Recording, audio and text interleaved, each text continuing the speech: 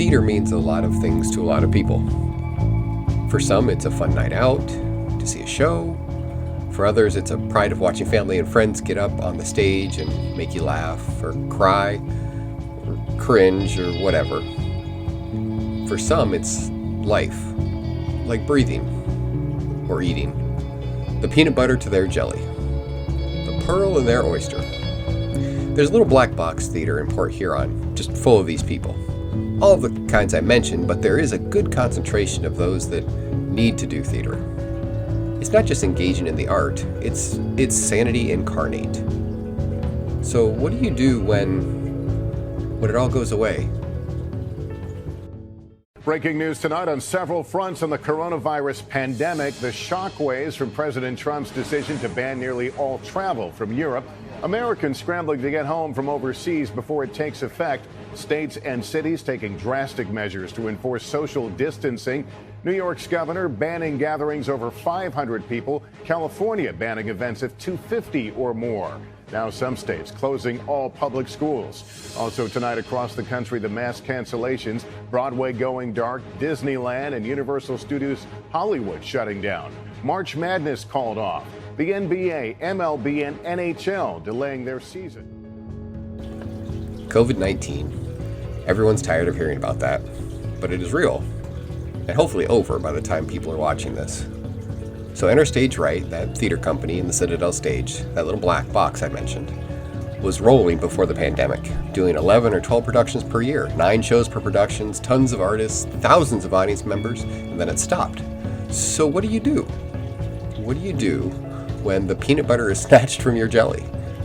Well, you adapt, you overcome, and so they did.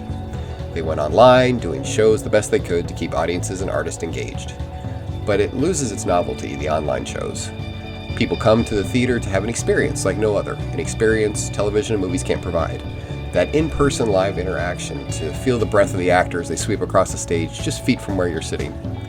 Move that to a flat screen and now the theater has to compete with billion-dollar Hollywood budgets.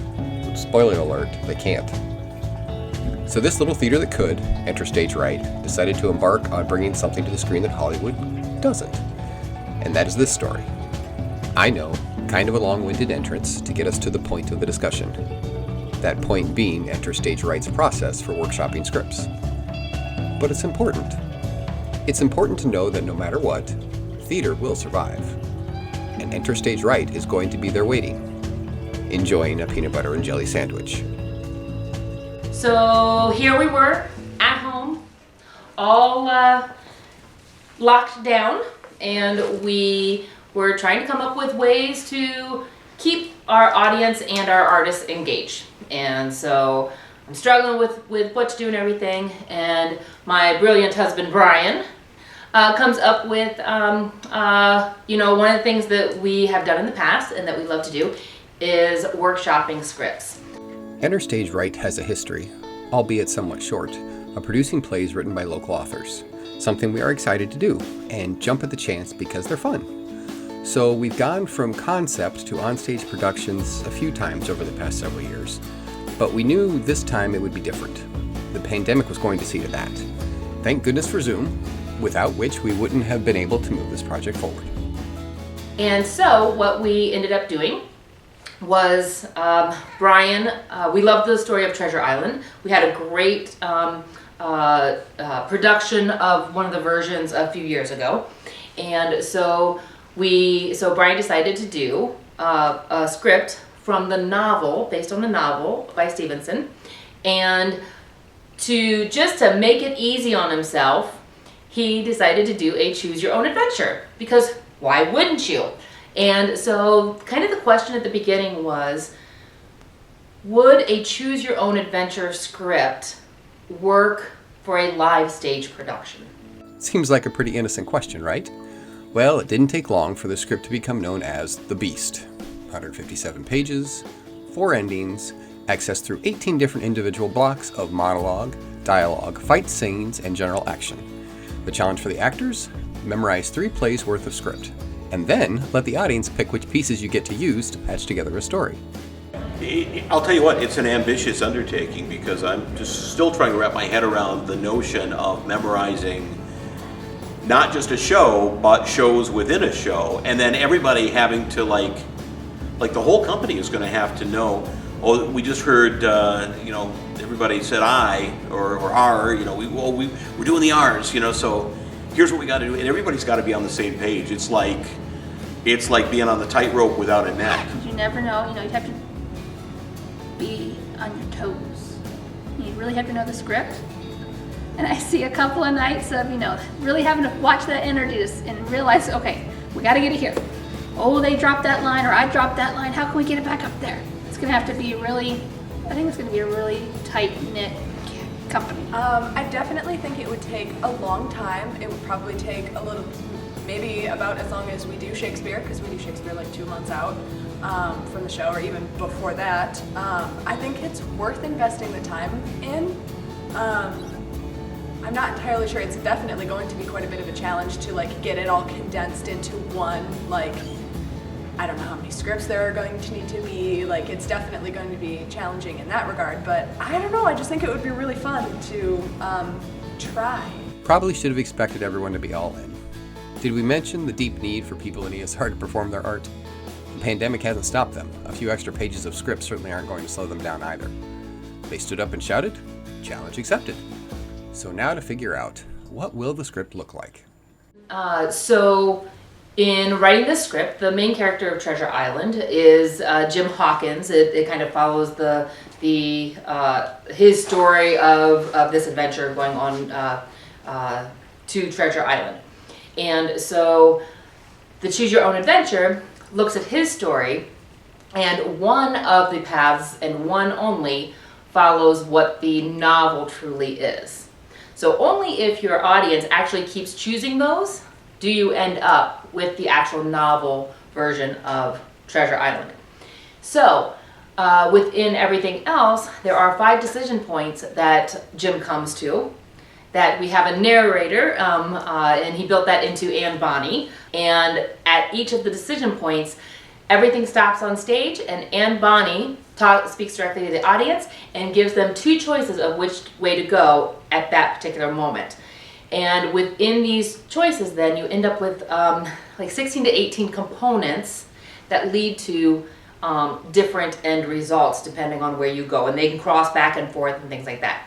So you have the lawful good, you have chaotic good, you have lawful evil and chaotic evil. So the audience throughout the show really determines how Jim ends up. So just a couple more comments about the show, and then we'll get into the workshop process, which is really the more important piece of what we're talking about here. We mapped out the play just so we could get a handle on what was happening, be it Jim was good or bad or something in between. This showed us so many areas where there could be paradoxes. For example, in most of the play, Jim's mother may or may not have been killed, depending on how you got there. We call it Schrodinger's mother. Google Schrodinger's cat, it will make more sense. So even though the Choose Your Own Adventure or gamebook style made the process a little harder, everyone was really intrigued by the idea and the spin that they could put on the characters. I think I actually got to, my reading of Jim was the chaotic evil. So as the story progressed, you could see every bad decision he made got a little bit worse, and then right at the end I got to go full on evil with it, and that was pretty fun. Well, mainly, Choose Your Own Adventures are coming back. They are very popular. Not just the old Choose Your Own Adventure. We have picture book Choose Your Own Adventures, and I have never seen that thing stay on the shelf for more than a week. So people like having, it brings them into the story. It involves them. I mean, books are great to get away to begin with, but now they actually are part of the story. They can change it the way they want to. And I think that's why they're so popular. Because like I said, the picture books constantly, and now we're getting like big, giant chapter books that are Choose Your Own Adventure. And at least the kids love them. Now I don't know if one exists for adults, but I think this is the version for adults. This is kind of their way of being involved in the story. The script was on a good path. Now for the actual workshop process. And I can tell you, as a playwright, it is a little intimidating to pour your brain out onto a page and have everyone look at your ramblings. But that's what's so great about ESR. They call it a brave space, a place where everyone wants the project to succeed and pours their time and energy into the common goal. And pour they did, with just about everyone reading for every part at one point or another. Each week, the actors got to play different people, so that was fun for them. And we thought that was a better route than having the same actors play the same characters every week. We thought in the beginning that's what we would do to maintain so that they could really get a sense of a character all throughout, just like you would in rehearsal. And then we kind of changed it because we thought for the playwright, it would probably be a better idea if he could hear different people, different actors do those different characters. Because of course, when you put a script out into the world, you don't have a decision on who is playing those. From a nervous playwright's point of view, having a group so eagerly available to help you in any way is beyond priceless. And boy, did we test the range of their characters. Everyone played so many characters. Well, I started off reading as Anne Bonny.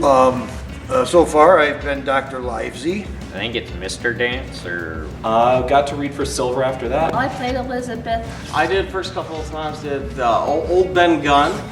That was... Your prospector came out in that one. Tom Morgan. Jim Hawkins. Ben Gunn! I believe I read as Silver. And Billy Bones. Hands, I think, and O'Brien. And all three of them died because Regina likes to kill me. And Captain Smollett. And then I read for Jim Hawkins too. No. Square Trelawney. I have played Anne Bonny. The cheese guy. Had Elizabeth, range of And pirates.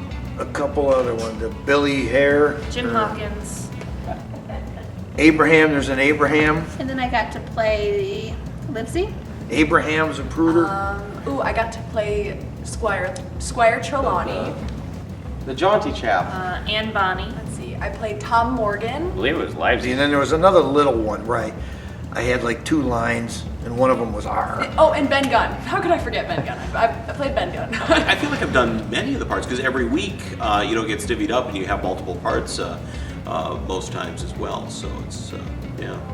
So the process itself of workshopping a script is a lot of fun for actors, even if it's a script that's not going to be realized or not realized in the immediate future.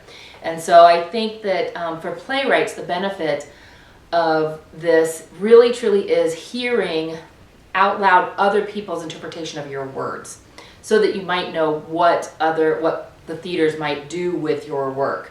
And if you need to tweak, if something doesn't make sense in your head as a playwright because you've got all your source material in your head, but an audience doesn't have that source material usually. And so sometimes things are said or done and an actor doesn't know why, and an audience certainly doesn't know why. And so this gives the playwright an opportunity to really hear it, absorb it, and make those edits so that it's a better script in the long term. Now on to the work. Each week for 4 weeks, ESR took a few hours on Sunday to read through and edit one of the paths through the script. And admittedly, it was fun, seeing the actors bring the characters to life. There's really no words to tell you what that was like, so best just to listen in on the process for a bit. This is the Black-Hearted Hounds account book. The crosses stand for the names of the ships or towns that they sank or plundered. The sums of the scoundrels' share. The amounts look to have increased as he rose in rank. Thrifty man. He wasn't one to be cheated. He wasn't the one to be cheated. And now for the other. A tall tree, spyglass shoulder, skeleton island, 10 feet, bulk of treasure here. I'd imagine that if we were these characters, if you consented, I would like grab your face and squish your cheeks together and be like, Livesey! And have you be like, no, what? Yes.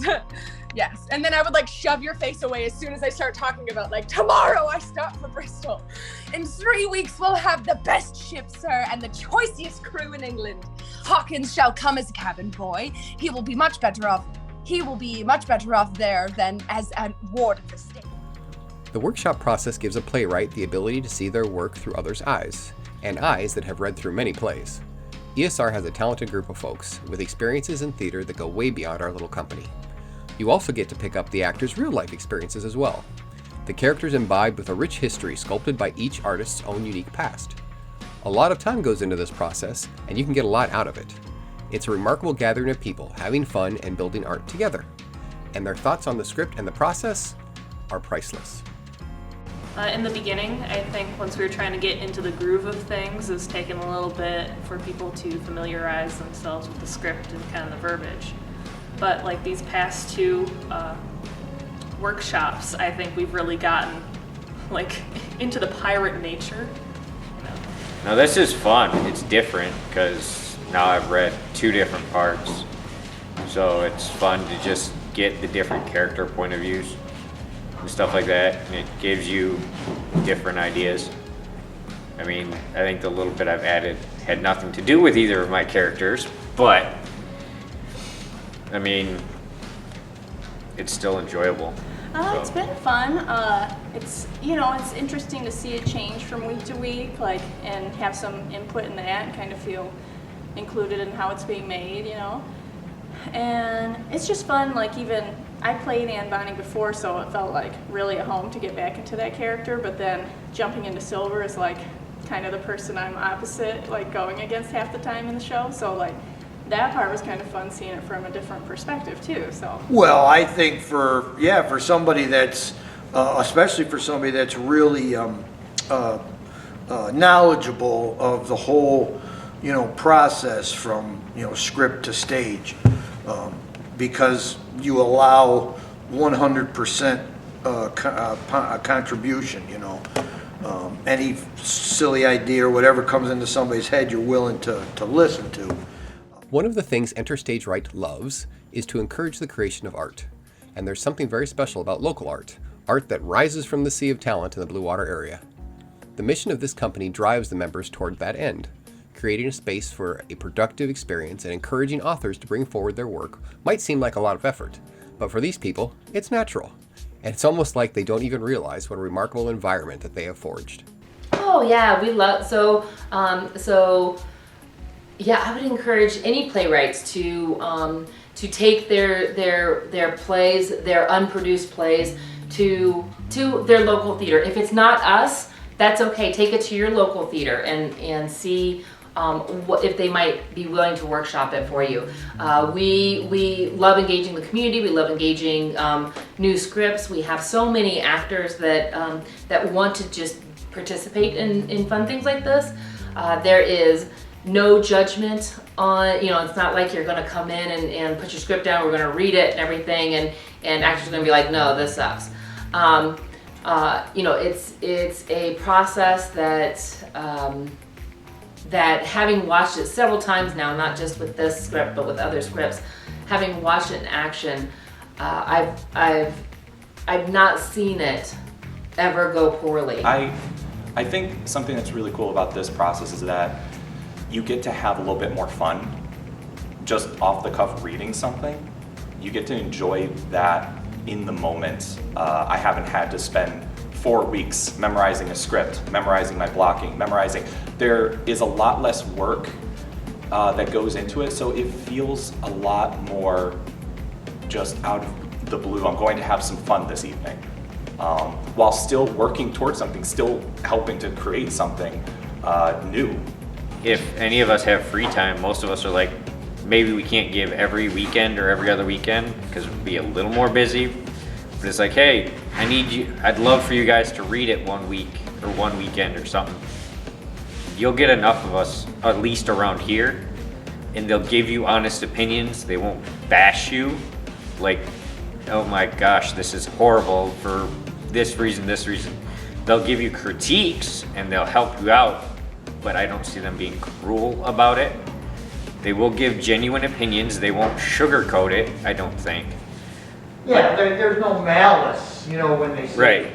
criticisms. It's just, from my perspective. Yeah, so it's just like, this could work, this doesn't work, and here's why.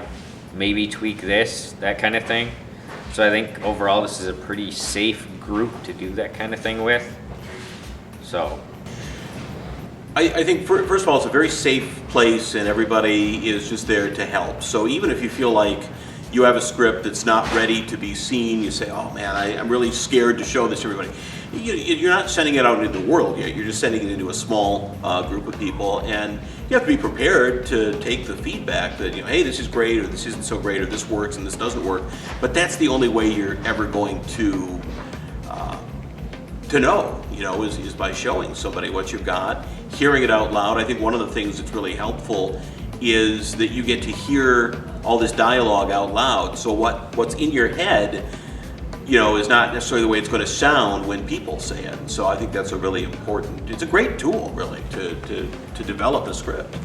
The journey through this process is like the journey through a Tootsie Roll Pop. Now, bear with my analogy for a moment. The outside is so fun and you don't want to rush it, but there's a payoff when you get to that Tootsie Roll center. The Tootsie Roll center of this process? A live online reading of the script. ESR engaged an online audience to make the decisions, looking to answer one of the basic questions: can Choose Your Own Adventure work on the stage? And aside from a few technical glitches, it worked out very well. The video is still available on the YouTube page for Enter Stage Right. Not having an audience in attendance was tough, but just getting together in the theater was cathartic. We had a great time. It was so fun, and of course, we hadn't been in the same room together at all, and we were protected with our masks, and we were spaced except for when we were up on stage, and even then, we're not touching each other, we're not doing the combat, we're not doing those, we kept the masks on stage. So, but even just that, the energy it just was really nice to be back in the theater, and the feedback coming in from our audience that was at home was really nice to see in the chat later and everything, and so all the support and love, and so that was fun. Mary, I think you said it best. Probably should have gone years ago. Well, sing to me, Tom Morgan. You agreeing with old George, Mary? I may be dying of yellow dash. And look at me face, do I have the scurvy? Ain't nothing wrong with it. In the end, the process was about the show and refining the art that was the script. But even more so, it was about family and community. The ropes that tie us all together and let us reach out across the screen to connect our artists and pull our audiences in. Will this play ever hit the stage? Hopefully, in due time. It still needs a lot of editing. But the real mission was accomplished, to visit with family and friends and remind ourselves that theater can survive the separation forced on us during the pandemic. Our theater friendship and family ties didn't wither, they grew stronger. The strength that's fashioned by the absence of touch and in-person conversation. Will there be a hugging party at ESR when the pandemic is under control? It's already on the schedule. And we hope that maybe you're watching this after coming home from embracing a loved one or having a drink with a friend. And our sincere wish is that you are thinking about the next live show you are going to see. Because we need you. And when you need us, the theater will be there.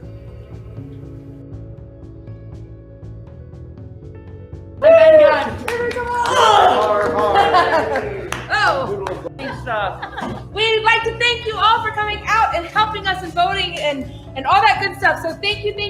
I'd love for the players, because we didn't do any pre-show with your names, really quick to come and take your bow and say your name and who you were in the show. Who goes first? Anybody, step on up. We didn't rehearse this either. I'm Cassandra Chance and Bonnie. Who did I play? O'Brien. I'm Leah. My name is Leah Gray. I'm sorry. And I played Black Dog, O'Brien, and Ben Gunn. I'm Breezy. I played Morgan and Gray, but not that Gray. I'll fight you. I'm Luke, and I played William, Jim's sickly old dad, and Squire Trelawney. I already went, but I'm crossing. I'm Daryl. I played Blind Pew and Mr. Dance. I'm Madison, and I played Jim Hawkins. Yeah! Woo! Yeah, he did. Paul is Dr. Livesey or Livesey. Did we ever decide? The doctor. Kimberly, I played Elizabeth, and Pirate number 4. George Mary. I'm Rachel, and I played Captain Smollett. I'm Nick. I played Billy Bones and Joe Bandison. I'm Marty, and I played Captain Crunch. So close. Do it again. Take two. I'm Marty, and I played Long John Silver. Fish and chip. And behind the camera, we have Brian Spain, which is our playwright and our tech guy. Brian hard. And I am his wife, Regina, and I played Hans and actually Flint again. So. Yay! Thank you all for coming, and we will see you hopefully soon live here in our space. Thank you. Thank you, Mom. You're mighty good to find. Anson! Call me Anson. Yes. Anson, you'd be a mighty fine swab yard. Well, so anything else? Any closing thoughts or remarks that you want to have and brandish forever that we can remember you by when you're old and gray? When I'm old and gray, what words will I want to look back on? Leah's an amazing actress and I love her so much. You know what? That will age very well. Well, is there anything else in closing or anything, for posterity when Nick is old and gray that you would like him to see?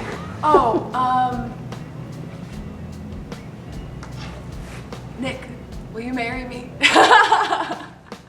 Gray is a person on the boat that crosses over. You guys, we'll get to that when we get to it. And O'Brien is No,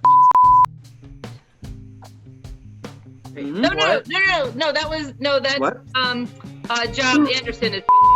Oh yeah, the O'Brien is the drum, is Tom Tom. What did he say? I'll get to that later. O'Brien's just another sailor on the boat. Okay, so now we'll go to the evil. I'll explain that comment when we get there. Regina told me I could say stuff like that because there's no kids in this cast. So. What would you tell people? How would you encourage people to come to ESR and partake in the insanity that we dish out here? Insanity is good for the soul. That clip right there is going to live forever. I'll tell you what. I'm going to get back to the theater for a day or two. Yeah, sure. When and where? You see, that's what pisses me off. Because I rely on people getting tired of doing too many plays. They say, hey, I got to take a break. I've done 9 shows this year. I got to take a break. And I say, cool. There's an opening for me. Yeah, exactly. But now, what's going to happen now? Everybody's going to audition for the first thing. So I'm already planning on just doing sets for a while. Until they get tired of it, and then I can get back in there and get a goddamn part. There you go. Because you can't do King Lear every year. Okay. Somebody else again. Yeah. Well, I can tell you that and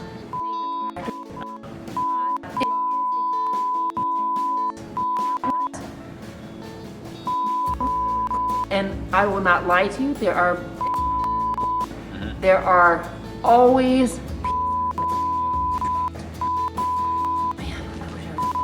Yeah. but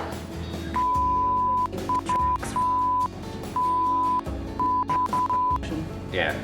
directing's really cool. Yeah, I just find it. I find it interesting because I've been in better. So funny story, and I don't know if you can use this or not, but you've written a lot of things phonetically because it's pirate speak, and so the word finest, it was give me the finest room, and you had it spelled out FEENEST. It was spelled out to read the fiendest room, and more than one person hearing me say, "Give me the fiendest room," heard, "Give me the room." That probably won't make the final cut, but nevertheless, that was one of the funniest things that happened.